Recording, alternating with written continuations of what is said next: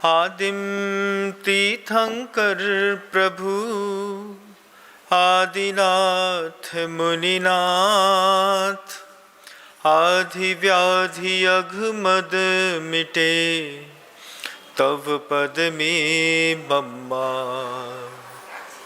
चरण शरण है आपके, तारण तरण जहाज। भवदधि तट तक ले चलो, करुणा कर जिन राज। बोले आदि ब्रह्मा श्री आदिनाथ जी भगवान की, परम पूज्य आचार्य भगवंत गुरुदेव श्री विद्यासागर जी मुनि महाराज की, बंधा जी के महाअतिशयकारी श्री अजित नाथ जी भगवान की जय।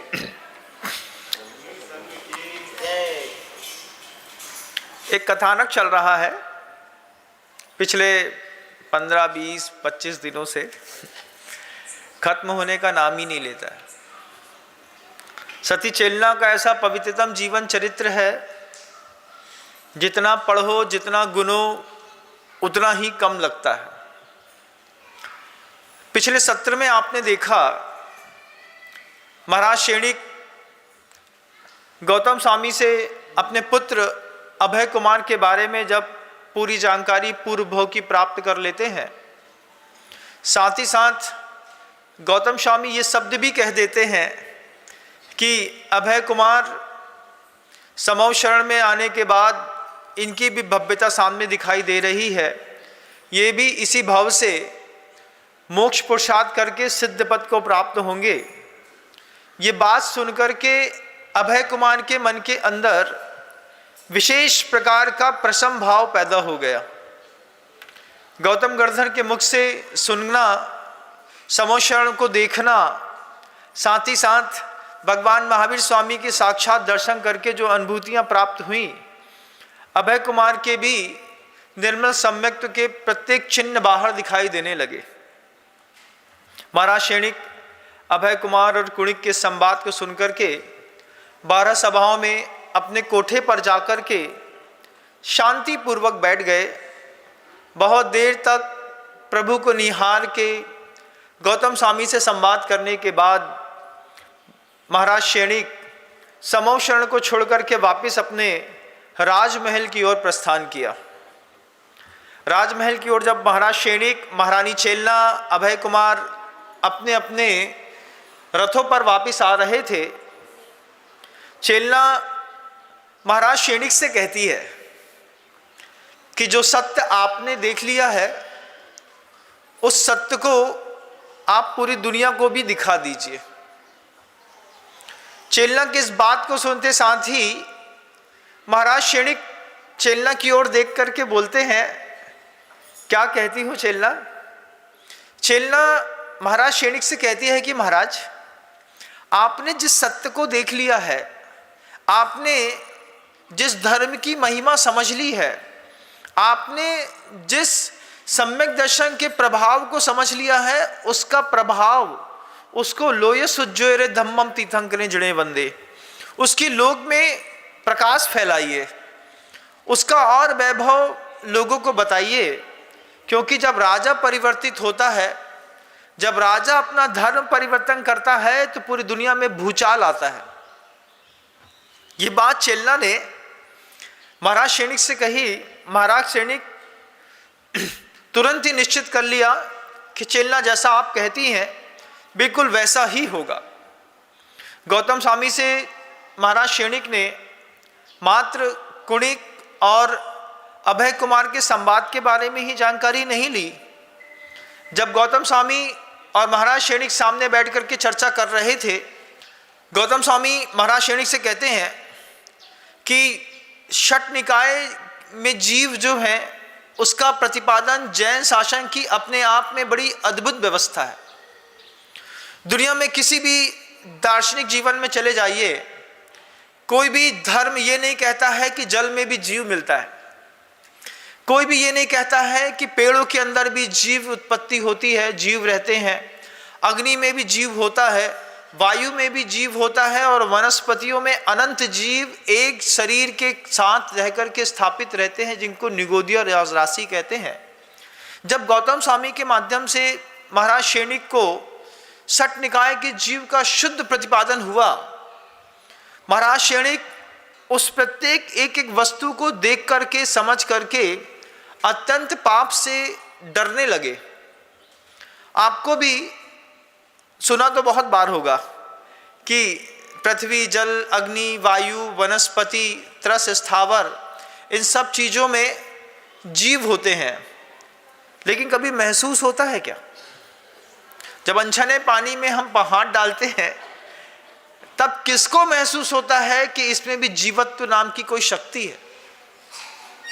जब हम वनस्पति कायिक को तोड़ते हैं उस वक्त किसको महसूस होता है? गौतम स्वामी कहते हैं कि षट निकाय के जीव का प्रतिपादन ही जैन शासन की सबसे अद्भुत व्यवस्था। कभी महसूस करिए, अनछने पानी में हाथ डालते हैं, कभी एहसास होता हो इस बात का कि इसमें भी जीव है। कभी वनस्पति कायिक इस पेड़ों को खड़े हुए देख करके इस बात का एहसास होता हो कि इसमें भी जीव है। जब कभी भी आप अग्नि जलाते हैं या बंद करते हैं तब महसूस करिए कि इसमें भी जीव है।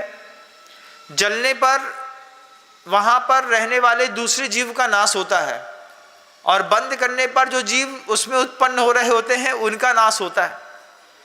तो ये जीवत्व शक्ति ही अपने आप में षट निकाय के जीव के प्रतिपादन की व्यवस्था ही जैन शासन की सबसे अद्भुत व्यवस्था है। जब गौतम स्वामी ने महाराज शैणिक को षट निकाय में रहने वाले जीवों के बारे में बताया और अपने दिव्य ज्ञान से उनको एहसास कराया, महाराज शैणिक जैसे ही बाहर समोषण से निकले, महाराज शैणिक ने सबसे पहले घोषणा करी कि मेरे पूरे मगध के साम्राज्य में कहीं पर भी कोई भी जलचर, भूचर और खेचर, इन तीनों प्रकार के जीवों की किसी भी प्रकार की कोई हत्या नहीं करेगा। महाराज शैणिक ने घोषणा करी कि तालाबों में रहने वाले जितने भी जीव जंतु हैं, जिसको आप लोग सी फूड्स कहते हैं, रहने हैं तो वो प्राणी, लेकिन आप बहुत सारे लोग दुनिया के उसको फूड समझ बैठे हैं, खाने योग्य पदार्थ। कितने दर्शनों में ये बात लिख दी गई है कि मनुष्य के लिए जितने भी जीवधारी हैं वे सब मनुष्य के लिए ही सृष्टि पर बने हैं। और बहुत सारे लोग सी फूड्स के नाम पर पता नहीं दुनिया की कितने कितने जानवरों को पेट पे खा लेते हैं। महाराज शैणिक ने घोषणा करी, जल में रहने वाले, आकाश में उड़ने वाले और धरती पर चलने वाले किसी भी प्राणधारी जीव की मगध साम्राज्य के अंदर कोई भी हत्या नहीं करेगा। मगध सम्राट ने ये घोषणा तो करी, लेकिन घोषणा सब कोई मानते कहाँ है? कोई मानता है क्या? बताओ। अच्छा, अरे जैन समाज में होकर के जब जैन साधु बोलता है कि षट निकाय के जीव होते हैं, पानी छान के पीना चाहिए, आप मानते हैं क्या? नहीं मानते। एक बार सुबह नल आता है, उस समय छन्ना लगा करके पानी छान दिया, अब जब तक दूसरे दिन नल ना आए तब तक वो पानी छना मानते हैं आप लोग। ऐसी तो आप लोगों की सोच है। कभी आपको लगता है कि अग्नि में, वायु में, वनस्पति में, इसमें भी अनंत जीव राशि होती हैं, उसमें भी जीवत्व शक्ति है। जब अहिंसक कुल के होकर के हम अपने खुद धर्म में रह करके और हम षट निकाय के जीवों में जीवत्व शक्ति को मानते नहीं है, जानते तो हैं, जानते हैं इंदिया, बेंदिया, तेंदिया, चौरिंदिया, पंचेंदिया, पुड़विकाइया, आवकाइया, तेवकाइया, वाउकाइया, वणफदिकाइया, तस्काइया, ऐसे जीव के बारे में आप जानते तो हैं, लेकिन मानते हैं ऐसा मैं मानता नहीं। क्योंकि अगर मान जाते तो अनछने पानी का प्रयोग बंद हो जाता, रात्रि भोजन बंद हो जाता, व्यर्थ में वनस्पति कायिक को तोड़ना बंद हो जाता, अग्नि को जलाना बंद हो जाता, पर्वत पहाड़ों को फोड़ना बंद हो जाता, जमीन खोदना बंद हो जाता, अजीवकृत जितने असंयम होते थे वे भी बंद हो जाते, जीवकृत असंयम भी बंद हो जाते। प्राणी संयम और इंद्रिय संयम की परिभाषा समझ में आ जाती, लेकिन समझ में नहीं आता। जानकारी तो है, इधर से विश्वास नहीं है। महाराज शैणिक को यहाँ पे विश्वास हुआ कि 6 निकाय के जीवों में भी जीव होते हैं, चेल्लन ने जब कहा कि जो चीज आपको समझ में आ गई है, आप राजा हैं, पूरे देश को समझाइए। राजा ने वो चीज समझाई। महाराज सैनिक ने घोषणा कर दी कि मगध के साम्राज्य के अंदर कोई किसी भी प्रकार की हिंसा नहीं करेगा। जलचर, भूचर और खेचर, खे मतलब आकाश को खे कहते हैं, तो खेचर मतलब आकाश में उड़ने वाले पंछियों को भी कोई नहीं मारेगा। मगध सम्राट की घोषणा से बाहरी वातावरण में हिंसा तो शांत होती सी दिखाई दी, लेकिन जो लोग अंदर ही अंदर हिंसा करके और अपने उस भाव को नहीं छोड़ पा रहे थे, उनकी भी पूर्ति करने वाले कुछ लोग थे और खाने वाले भी बहुत सारे लोग थे। तभी तो काल सौरिक नाम का जो कसाई था, मगध साम्राज्य में महाराज सैनिक की इस घोषणा के बावजूद 500 भैंसे रोज मारता था, और 500 भैंसों को खाने वाले लोग होते होंगे तभी तो वो भैंसा मारता था। घटनाएं घटती थी बंधुओं, लेकिन राजाज्ञा अपनी तरफ है और अपनी मनमर्जी बिल्कुल अपनी तरफ। आदमी अपनी मनमर्जी पर परेशान हो गया। महाराज सैनिक ने घोषणा कराई। महाराज सैनिक ने अपने आप को लोक विजय करने की भी सोची। जो हम बाहर से लोक विजय करते हैं, ये चक्रवर्ती की दिग्विजय अलग चीज होती है, 6 खंड को जीतता है। लेकिन महाराज सैनिक बार बार अंदर ही अंदर अपने कसाय को जीतने के लिए अपने अंदर ही एक अपूर्व शक्ति को पैदा करने का प्रयास करने लगे। श्रद्धा इतनी बड़ी हुई थी महाराज सैनिक की कि महाराज सैनिक बार बार सोचते थे कि कितनी देर से मुझे इस जैन शासन की वस्तु व्यवस्था समझ में आई, कारण कार्य की व्यवस्था समझ में आई, जिन शासन समझ में आया, लेकिन मेरा सौभाग्य है। महाराज सैनिक कहीं मांस भक्षी जीवन जीते थे, वे ही महाराज सैनिक आज जैन शासन में अहिंसा का सबसे बड़ा उद्घोष कर रहे हैं। वे ही महाराज सैनिक के पुत्र अभय कुमार भी पूर्व में अन्नमत के अनुयायी थे।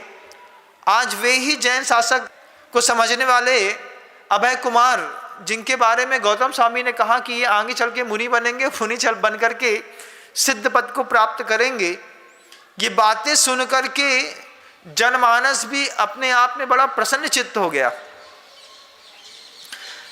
कहीं पर भी होता है बंधुओं, प्रशंसा न देवताओं को पसंद आती है न मनुष्यों को पसंद आती है।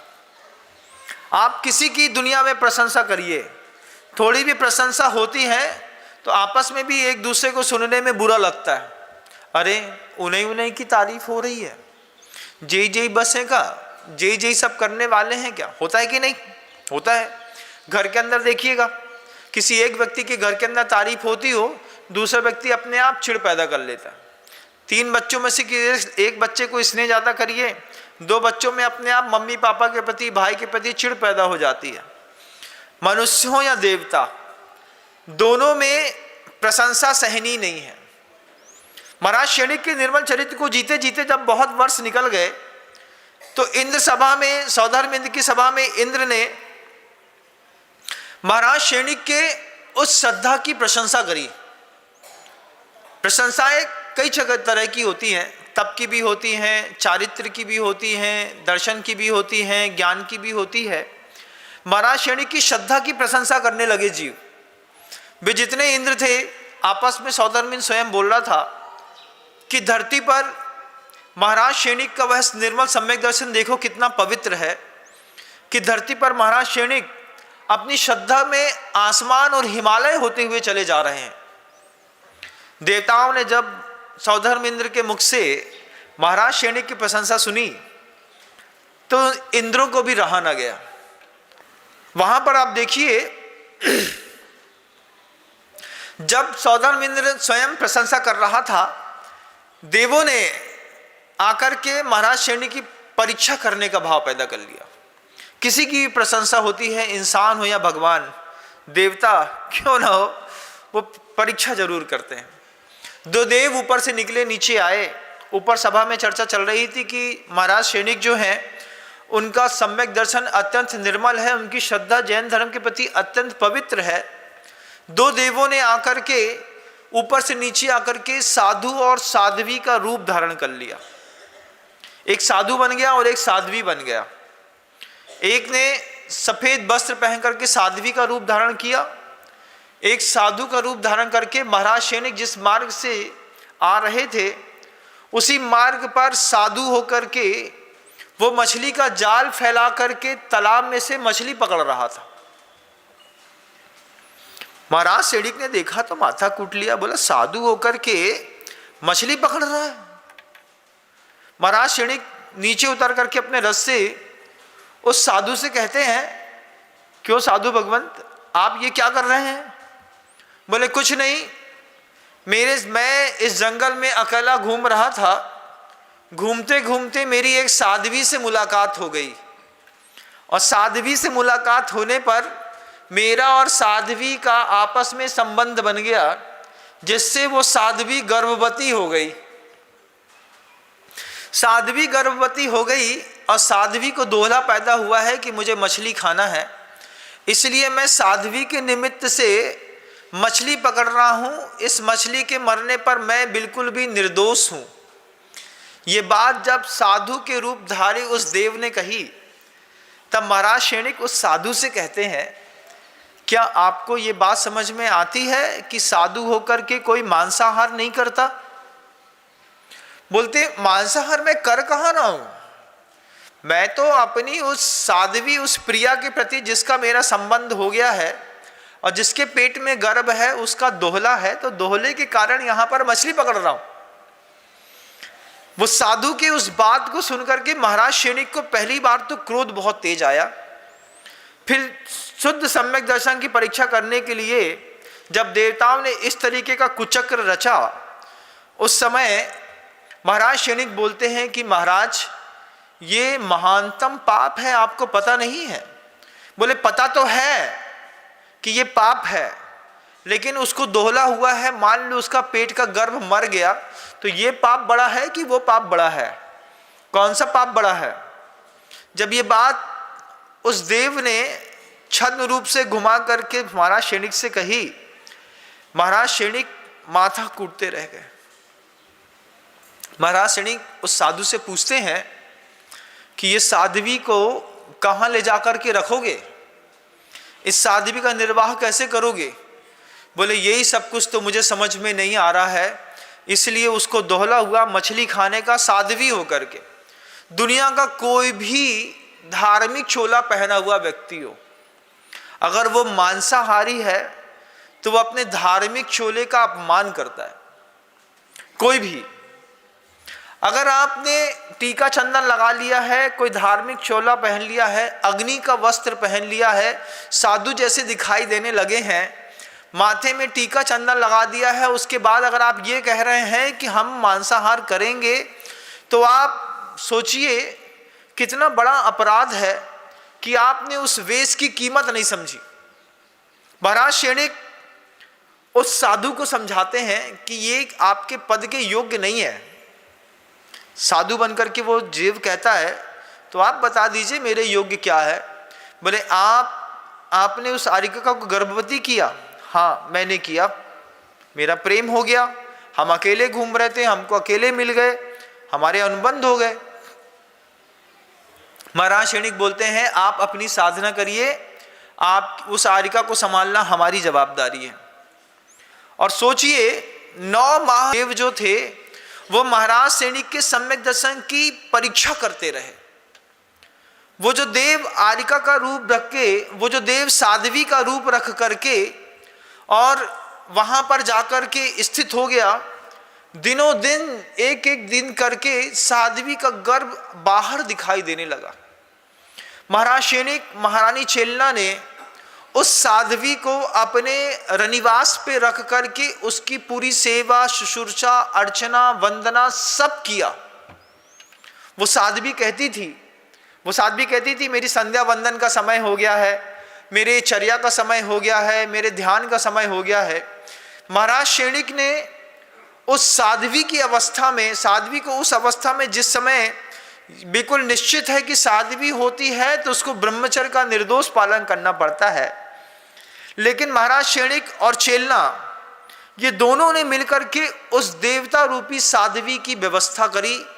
9 माह तक उसका पोषण किया, उसकी चर्या का निर्वाहन किया और उसके बाद 9 माह के बाद जब वह साध्वी के गर्भ से पुत्र प्रसव हो गया, उस पर भी जब 9 माह तक लगातार चेलना ने और सैनिक ने बिल्कुल मन को खराब किए बिना उनकी वैयावृत्ति करी, और जब पुत्र हाथ में आ गया तब उस साध्वी ने अपना सही रूप धारण करके महाराज सैनिक और चेलना की भूरी भूरी प्रशंसा करके उनके मस्तक पर पुष्प की वृष्टि कर दी। वो देव कहता है कि सौधर्मेंद्र की सभा में आज से 10 माह पूर्व आपकी निर्मल श्रद्धा की चर्चा हो रही थी। उस निर्मल श्रद्धा की चर्चा होते वक्त हम लोगों के मन में लगा कि सौधर्मेंद्र इतनी प्रशंसा किसी मनुष्य की कर रहे हैं, उसमें इतने सद्गुण तो नहीं हो सकते कि सौधर्मेंद्र स्वयं प्रशंसा कर रहा है। ये बात परीक्षा करने के निमित्त से हम और वो दूसरा देव साध्वी और साधु का रूप धर के यहाँ पर आए। 9 माह तक हम दोनों ने मिलकर के आपकी परीक्षा करी। 9 माह तक ये देखा कि साधु और साध्वी के रूप में भी हुए गए अपराधों में आपने किस तरीके से उपगूहन, स्थितिकरण, वात्सल्य करके जैन शासन की प्रभावना करने का जो आपने एक दृढ़ निश्चय किया, उस निश्चय को देख करके आज हम आपके चरणों में प्रणाम करते हैं, आपको नमस्कार करते हैं, आपको कुछ दिव्य शक्तियां देकर के अपने गंतव्य तक जाना चाहते हैं। और जो इस जैन शासन में इस तरीके की आपराधिक दृश्य को हम लोगों ने दिखाया, उस दृश्य के प्रति भी हम अपराध भाव की क्षमा याचना करते हैं। महाराज सैनिक को चेलना एक दूसरे को देखते रह गए। दोनों को लगा कि देवता 9 माह से हमारी परीक्षा कर रहे हैं सम्यक दर्शन की।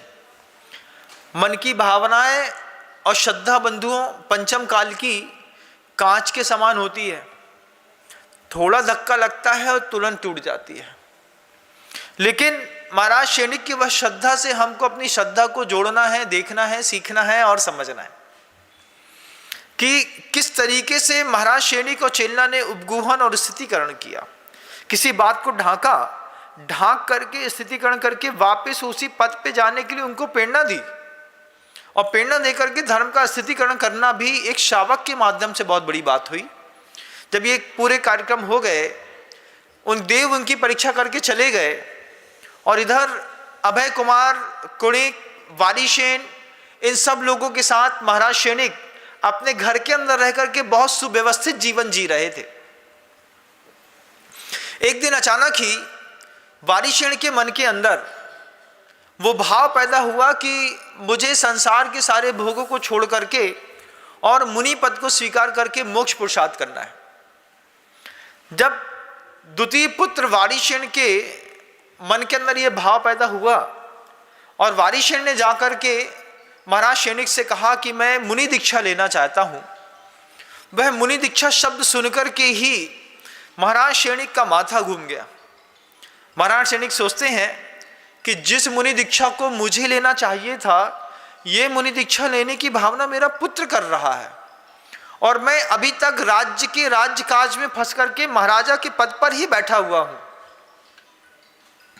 वारीसेन के एक शब्द थे कि बस मेरे मुनि दीक्षा लेने के भाव हैं, और वारीसेन अपने मन को भी टटोल रहे थे।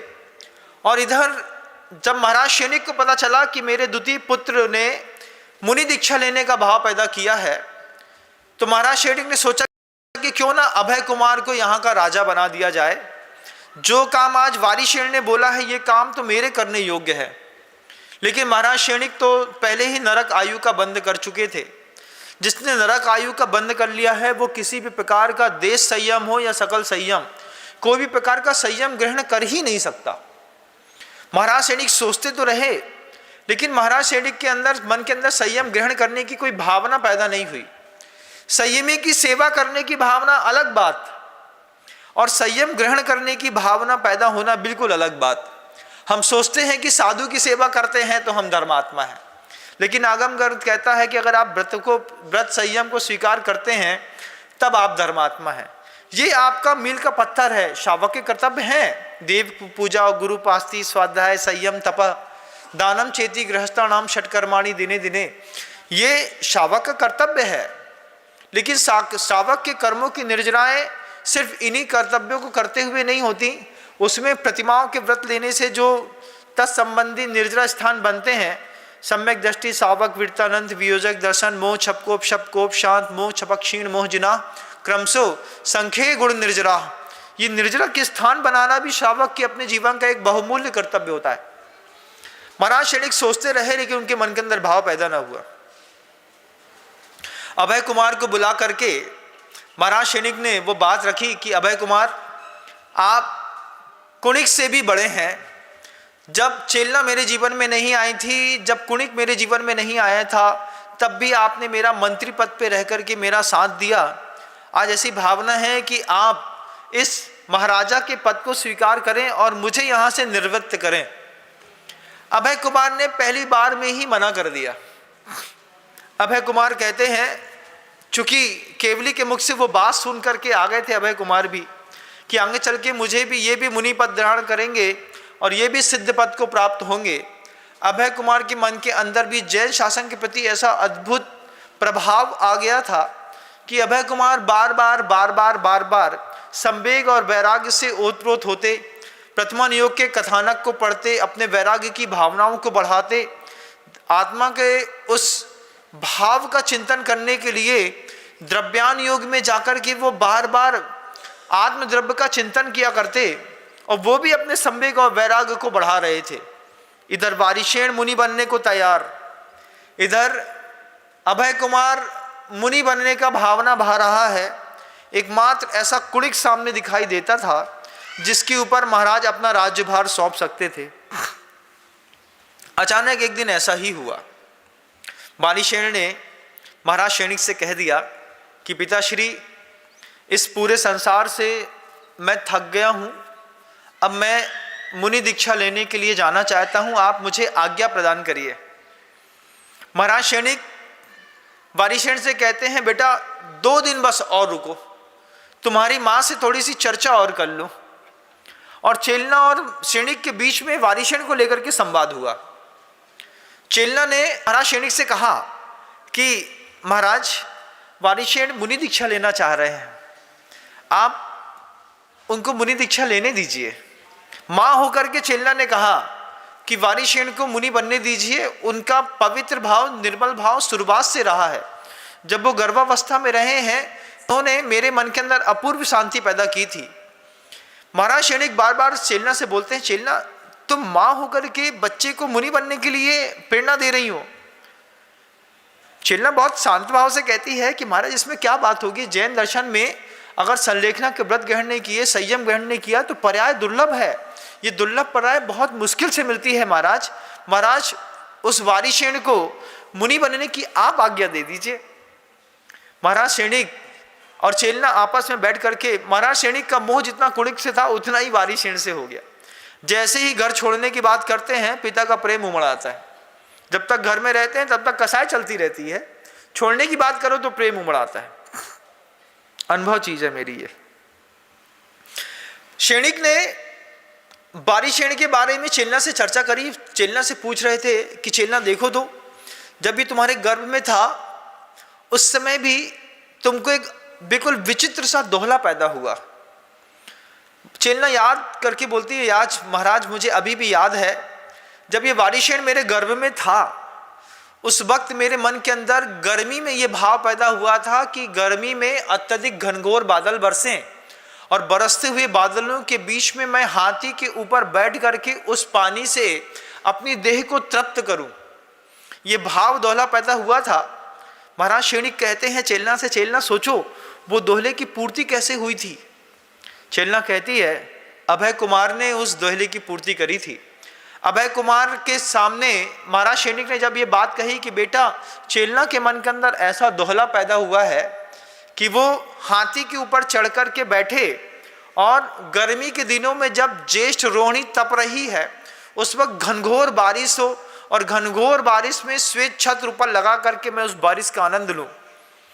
ये दोहला वारिशेण जब गर्भ में थे तब चेलना के मन के अंदर पैदा हुआ। चेलना ने दोहला महाराज क्षणिक से कहा। क्षणिक को लगा कि ये दोहला की पूर्ति करना असंभव है, तो वो दोहले के बारे में महाराज क्षणिक ने अभय कुमार से कहा। अभय कुमार जब ये महारानी का दोहला सुना तो अभय कुमार के मन के अंदर ये भाव पैदा हो गया कि ये दोहला सामान्य हमारे और आपके करने से पूरा नहीं होगा, इसमें किसी दैवी सहायता की जरूरत पड़ेगी।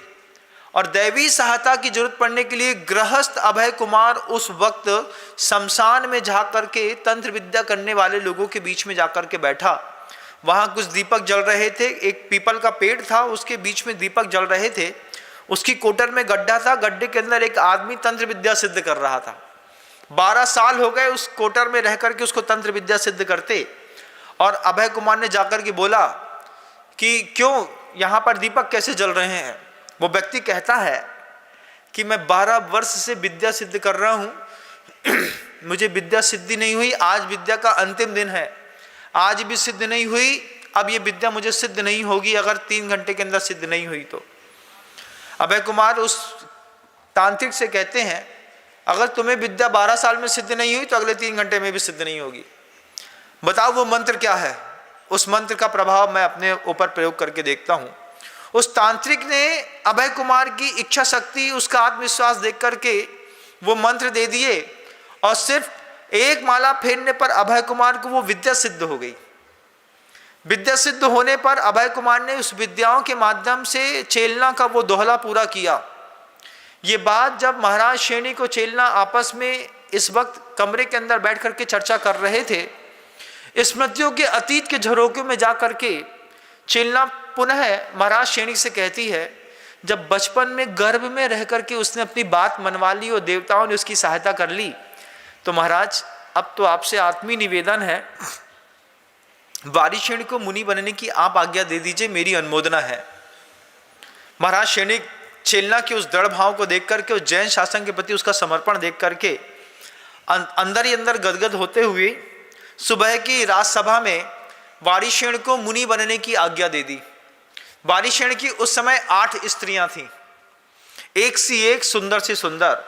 8 स्त्रियों को भी आचार्य कुंदकुंद भगवंत ने प्रवचन सार की चारिचूलिका में वो बात कही है, परिवज आपिच्छ बंधु बग्गम विमोचिदो गुरु कलत्त पुत्तेहिम आसिज्य नाण दर्शम चरित तब वीर्यायारम।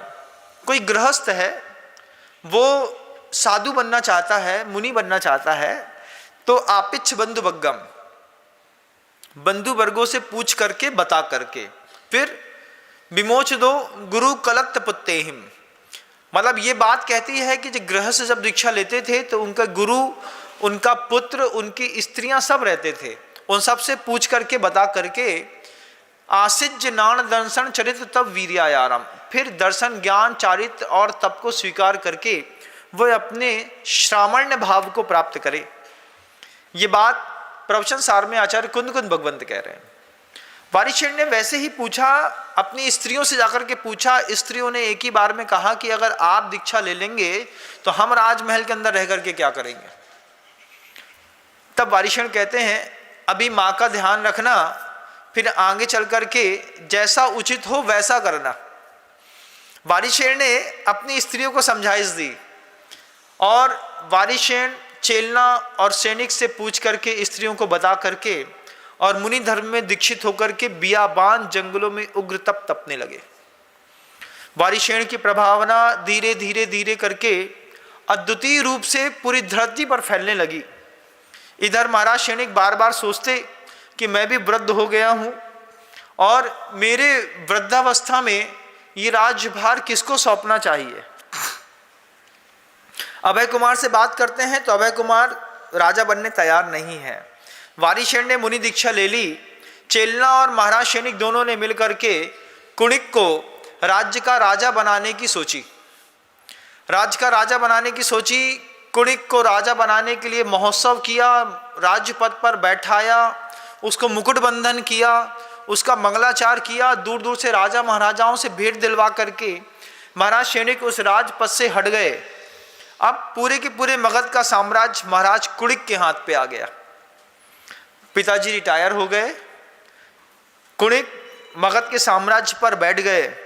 मगध के साम्राज्य पर बैठने पर कुणिक ने मगध के पूरे के साम्राज्य का अनुशासन इतना सुदृढ़ व्यवस्था से चलाया कि उस चलते हुए साम्राज्य को देख करके महाराज सैनिक को बहुत खुशी होती थी कि कुणिक बहुत अच्छे तरीके से पूरा मगध का शासन चला रहा है। इधर अभय कुमार आकर के महाराज शैनिक से कहते हैं कि पिताजी, जैसी वारिशेन मुनि महाराज ने अपनी गति सुधार ली है, ऐसी ही मेरा भी भाव है, मैं भी मुनि दीक्षा लेना चाहता हूं। और अभय कुमार ने भी महाराज शैनिक की आज्ञा, चेलना की आज्ञा पाकर के अभय कुमार भी मुनि पद को धारण करके जंगलों में विहार करके उग्र तप तपने लगे। 2 पुत्र मुनि बन गए।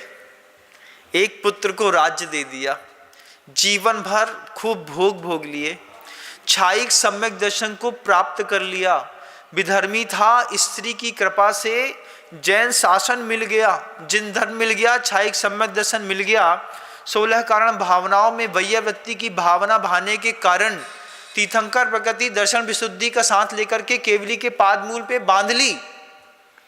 अगली पर्याय में छायिक सम्यक दर्शन का कमाल देखेंगे, जब तीर्थंकर पदवी को प्राप्त करके तीर्थ का प्रवर्तन करेंगे, धर्म तीर्थ का। ऐसे वे महाराज शैनिक, कुणिक ने व्यवस्था संभाल ली। महाराज शैनिक खुश रहते थे।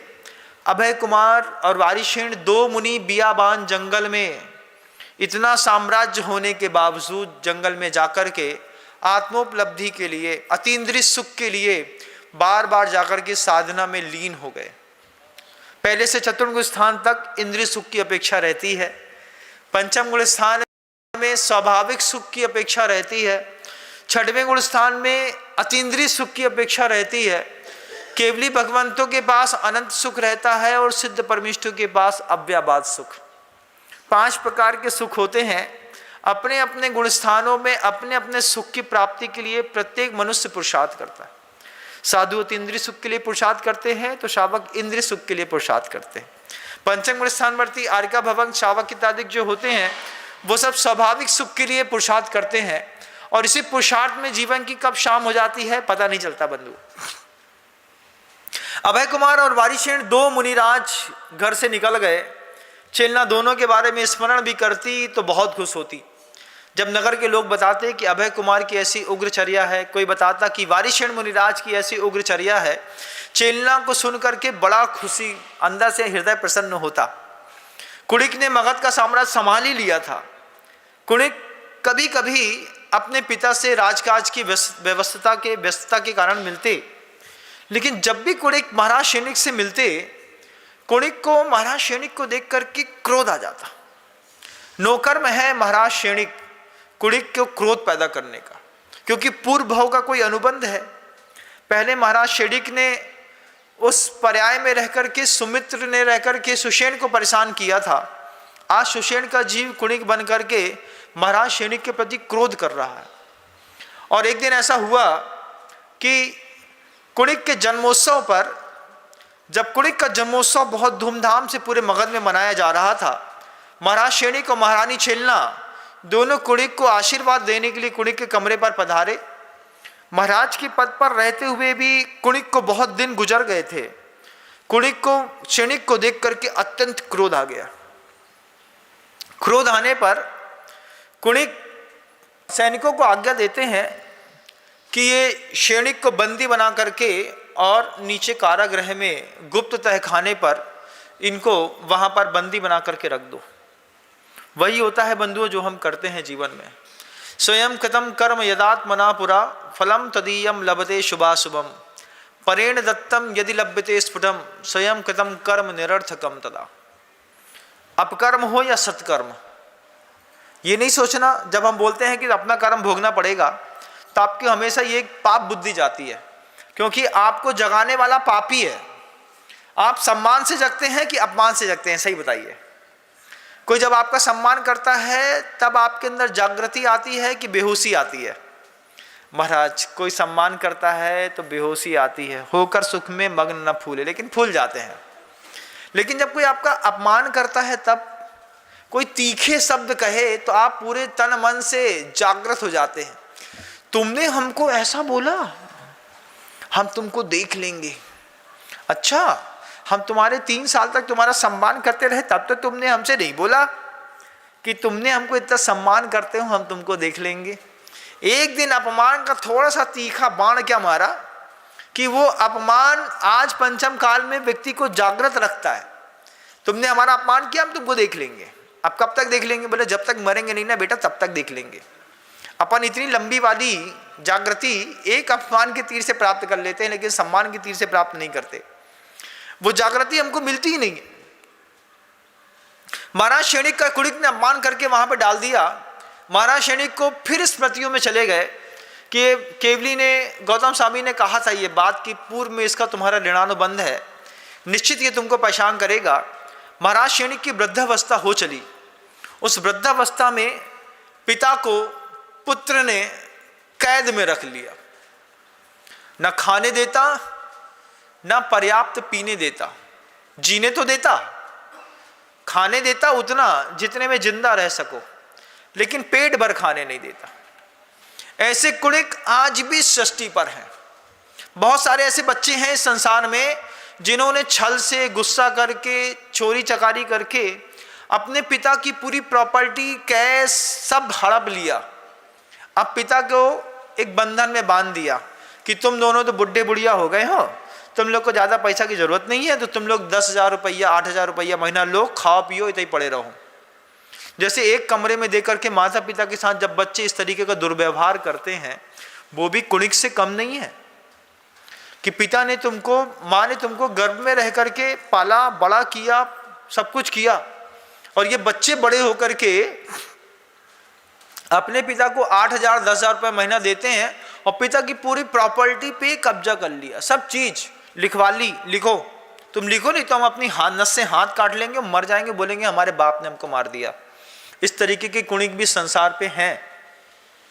ऐसे लोग हैं जो इस तरीके से अपने ही पिता को घर के अंदर ही इतना त्रसित करते हैं, इतना दुखित करते हैं। पिता आकर के हमसे बोलते हैं महाराज हमारे बच्चा को कछु ज्ञान दे दो। हमने कही क्या ज्ञान दे दें, तुम हमसे ज्ञान लो, हम सती चेलना का चरित्र कह रहे हैं। उसमें समझो कि तुम्हारे बच्चे का शैणिक और कुणिक के जैसा कुछ ऋणानुबंध है।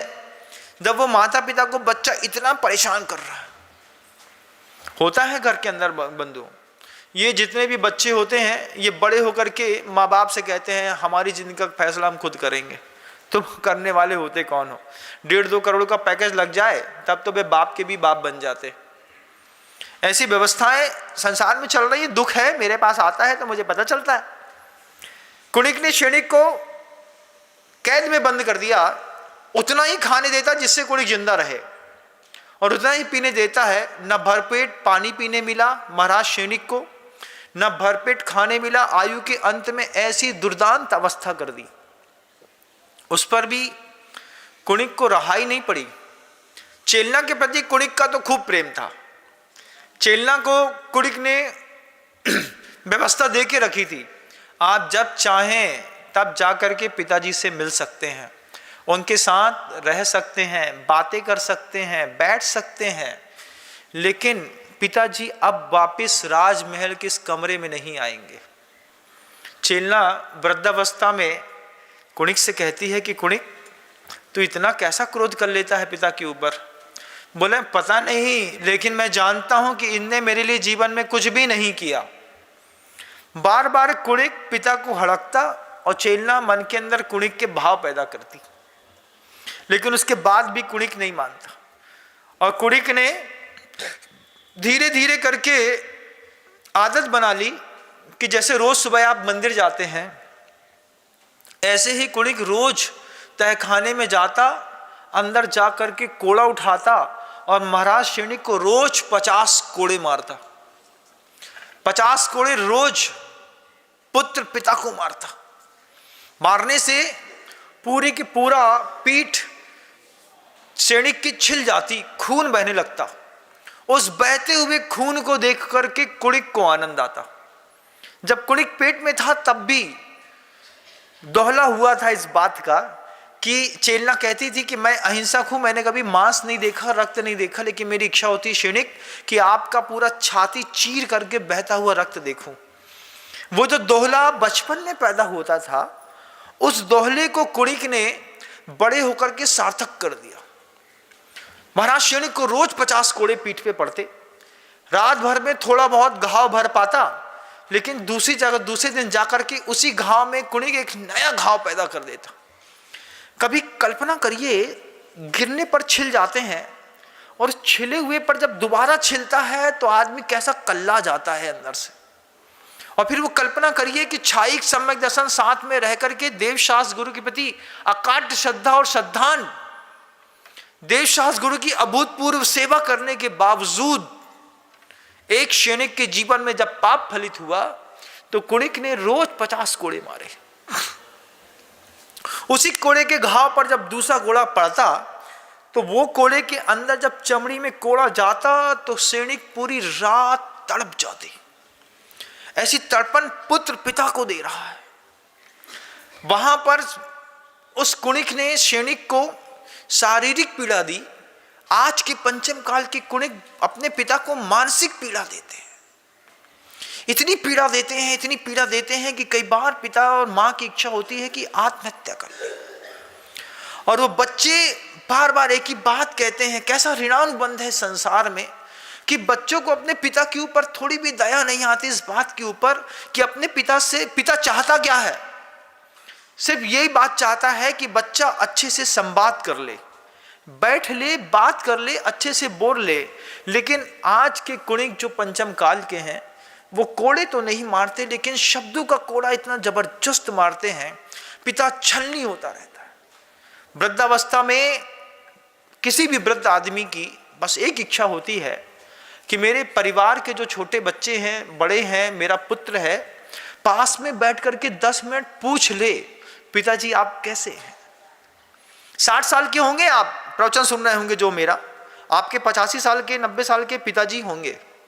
कभी सोचिएगा कि अपनी मां के पास, पिता के पास जाकर के 15 मिनट बैठना, बैठ करके पिताजी से पूछना, पिताजी सब ठीक है ना, कोई दिक्कत तो नहीं है, कहीं तकलीफ तो नहीं हो रही, कुछ चाहिए क्या, बस इतना पूछना पड़ता है घर में जाकर के।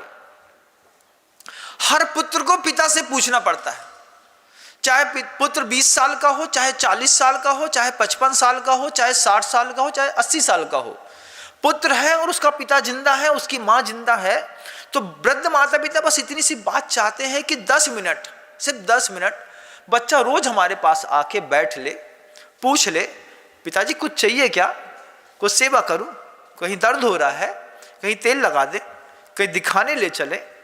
वो खुद ही पिता बोल देते हैं, नाड़ हिलती रहती है, मरने के दिन करीब है, पिता नहीं बेटा बस तुम पूछ लेते हो तो अच्छा लगता है। लेकिन हम इतने व्यस्त हो गए हैं अपने जीवन में, इतने व्यस्त हो गए हैं कि एक तो कभी पूछते नहीं पिता से, अरे महाराज जी आप कह तो देते हैं लेकिन घर के अंदर इंप्लीमेंट करने में बड़ा शर्म सी लगती है। उस पिता से बात करने में काहे की शर्म लगती है। क्यों शर्म लगती है मां से बात करने की? क्योंकि वो मां लेटी हुई है बिस्तर पर, उसी बिस्तर पर लेट बात करती है, उसी बिस्तर पर नहाना पहनाता पड़ता है, आपने मेडी लगा के रखी है। कभी एक दिन मौका देखिएगा कि ये वही माँ है, जब मैं छोटा था तब ये माँ मेरी सोच पर जब मेरा हाथ चला जाता तो मैं मुंह में छपा लेता था बिना किसी घृणा किए। कितनी बार माँ ने मुझे साफ किया है। एक बार मैं अपनी माँ को इस वृद्धावस्था में साफ सुथरा कर लूँ तो आपत्ति क्या है? अरे बहुत बदबू आती है। तो क्या जब तुम छोटे से बच्चे थे और जब तुम करते थे तो उसमें से क्या कोई भौरे की सुगंध आती थी, गुलाब की खुशबू आती थी? उस वक्त भी यही होता था। लेकिन माता पिता जिस तरीके से विचिकित्सा गुण का पालन करते हुए अपनी संतति को पाल लेते हैं, एक संतति अपने पिता को नहीं पाल पाती। संतति अपनी संतति तो पाल लेती है लेकिन संतति अपना पिता नहीं पाल पाती। इस पंचम काल में इस दर्द को लेकर के कितने माता पिता मृत्यु को प्राप्त हो गए इसी संकलेश के साथ कि 20 साल से हमारा बच्चा हमसे नहीं बोला, 15 साल से बच्चा को से बात नहीं हुई, 5 साल से बच्चे को देखा नहीं, कभी साथ में मिलकर के 30 त्योहार मनाए नहीं। इतना दर्द है गृहस्थ जीवन का। मैं हमेशा वो बात कहता हूं, आज भी कहता हूं, आगे भी कहूंगा कि आप धार्मिक बनिए या नहीं बनिए कोई बात नहीं, लेकिन आप पारिवारिक में परिवार के अंदर रह करके व्यवहारिक जरूर बनिए। मंदिर जाओ नहीं जाओ, पूजा करो नहीं करो, ये तुम्हारा दर्शन निजी विषय है, ये तुम्हारा निजी पाप पुण्य है। लेकिन हमेशा इस बात की कोशिश करो कि हमारे निजी पाप पुण्य में हमको भगवान के प्रति आस्था है कि नहीं है, कोई बात नहीं, लेकिन जिनके साथ रहते हो उनके साथ व्यवहारिक बन करके रहो। पिता है तो उनकी मनोभावनाओं को थोड़ा दार्शनिक बन के समझने की कोशिश करो कि पिता चाहते हैं, पिता इस बात को चाहते हैं कि बच्चा हमारे पास आकर के 10 मिनट बैठ करके पूछे, पिताजी सब ठीक है, बस बहुत प्यार से, टोन का फर्क होना चाहिए और सॉफ्टली टोन में चाहिए। पिताजी सब ठीक है ना, कुछ चाहिए क्या आपको? माँ से पूछो, माँ सब ठीक है, कुछ चाहिए, कहीं दर्द हो रहा है, कहीं घूमने चलना है, तीर्थ यात्रा करा दें आपको कहीं पे? माँ तो वैसे ही असहाय है, लेकिन इतना पूछने पर, इतना बोलने पर जो उनको अंदर सेटिस्फैक्शन मिलता है, अंदर वो जो संतोष मिलता है कि 65 साल की उम्र में मेरे बच्चे ने आज मुझसे पूछा कि माँ तुम्हें तीर्थ करा दें, तुम्हें एक नई साड़ी दिला दें। माँ खुद ही, अरे वो एक छोटी सी सड़ी सी गाउन पहन करके वो अपनी जिंदगी उस खाट पर गुजार रही है, उससे पूछो तो। पूछने पर जो सेटिस्फैक्शन मिलता है ये देने के सेटिस्फैक्शन से भी बड़ा है। कुणिक सैनिक से कुछ पूछता ही कहाँ था, जाता था, कोड़ा उठाता था, पिता को देखता था, पूर्व जन्म का बैर याद आता था, उस क्रोध के कारण उस कसाय का प्रस्तुतिकरण करता था, एक घाव के ऊपर दूसरा घाव, फिर दूसरे घाव के ऊपर तीसरा घाव दिया जाता था, दिया जाता था, दिया जाता था। और महाराज सैनिक भी सम्यक दृष्टि होने के कारण समता पूर्वक सहते रहते थे। कभी महाराज सैनिक ने उस वक्त भी कुणिक को बद्दुआ नहीं दी। भला हो गौतम स्वामी का, जिन्होंने पूर्व में ही ये बात बता दी कि कुणिक और तुम्हारा ऋणानुबंध है। और ऐसे रहते रहते बरसों गुजर गए महाराज सैनिक के उस दर्द को सहते सहते। चेलना रोज दूसरे दिन जब जाती और देखती कि महाराज सैनिक के शरीर पे घाव है, चेलना के बहुत लंबे बाल थे,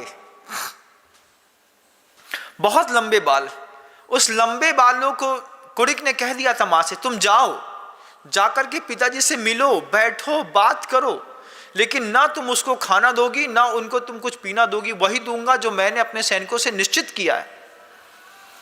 वहां पर जाकर के चेलना ने जब अपने पति का ये उस क्षायिक सम्यक दृष्टि सैनिक का जब ये हाल देखती, तो हाल देखने के साथ ही चेलना अपने लंबे बालों को पूरे के पूरे औषधियों के द्रव्य में डुबो देती। औषधियों के द्रव्य में डुबो करके जब बाल पूरे गीले हो जाते, सिर तक पूरा गीलापन आ जाता, तब पूरी बाल को, गीले बालों को चेलना और जूड़ा बांधती और सिर ढकती, और ढके हुए सिर से जाकर के महाराज सैनिक के पास रोज जाती और पूरे के पूरे लंबे बालों को उनको गले से लगा करके बाल सामने करती, पूरी पीठ पर वो बालों में छपी हुई औषधियों से महाराज सैनिक की पीठ का वो मर्दन करके उसको ठीक करती। औषधियाँ इतनी अद्भुत थीं कि पहली बार में लगाने पर महाराज को उसमें आराम मिलता। महाराज सैनिक और महारानी चेलना के उस 1 घंटे आधा घंटे के मिलन के लिए महाराज सैनिक पूरा दिन तड़पते। चेलना जाकर के वहां पर पूरे के पूरे बालों को जब सैनिक की पूरी पीठ पर लगा देती, सैनिक को बहुत देर तक आराम मिलता। जब पूरे बाल सैनिक के पीठ पर लगे लगे सूख जाते, और सूखने के बाद जब वो बाल सूखने के कारण घाव में गड़ने लगते, तो थोड़े से विपरीत स्पंदन को चेलना समझ करके अपने बाल हटाती, पति के पैर पड़ती और बोलती, स्वामी कैसे तीव्र कर्म का उदय है कि मैं सब कुछ होने के बाद भी आपके लिए कुछ नहीं कर पा रही। सैनिक उस वक्त भी चेलना को समझाते कि चेलना, इसमें तुम्हारा कोई दोष नहीं है, पूर्व भाव में जैसा मैंने कुणिक के साथ किया है, आज समता पूर्वक सहने पर ये सारे ऋणानुबंध खत्म हो जाएंगे। ऐसे कई दिन बीत गए और आपका समय भी बीत गया। शब्दों को विराम देता हूँ। इस धारा प्रवाह की गंभीरता में प्रत्येक शब्द में अपने परिवार को जीने की कोशिश करिए बंधुओं। मैं हमेशा कहता हूँ, कथानक का एकमात्र उद्देश्य होता है कि आपके ज्ञानावर्णी कर्म का क्षय हो। जो भी आवरण आपके ज्ञान पे पड़े हैं, आपके व्यवहार में पड़े हैं, इसमें संकोच करने की कोई बात नहीं होती कि कभी आज तक हमने अपने पिता से नहीं पूछा। कोई बात नहीं, आज जाकर के पूछ लेते हैं। टोन बहुत सॉफ्ट हो, बहुत प्यार से पिताजी से, चाहे वो दुकान में बैठे हों, चाहे वो घर में बैठे हों, प्यार से एक बार बच्चा पूछ लेता है ना, पापा कुछ चाहिए क्या आपको? पापा बोलते हो, डैडी बोलते हो, पिताजी बोलते हो, ताऊ बोलते हो, कुछ भी बोलते हो, लेकिन अपने परिवार का साम्राज्य स्थापित करना और बनाए रखना है, तो बस पुत्र को पिता के पास जाकर के बहुत अच्छी टोन में एक बार बोलना बस है, पापा सब ठीक है ना? इतने में पापा की आंख से आंसू ना आ जाए तो कहना, और उसके बाद जो अंदर सेटिस्फेक्शन मिलेगा पिता के साथ बात करने का, माँ के साथ बात करने का, उस आत्मसंतुष्टि का इस दुनिया में कोई जवाब नहीं है। शब्दों को विराम देता हूं, कल प्रयास करूंगा। गुरुदेव श्री विद्यासागर जी महाराज। जा वाणी के ज्ञान से सूझे लोकालोक, सो वाणी मस्तक नमु सदा देत हूं दो। हे जिनवाणी भारती तो है जपो दिन रैन, जो तेरी शरणा गहे सो पावे सुख चैन।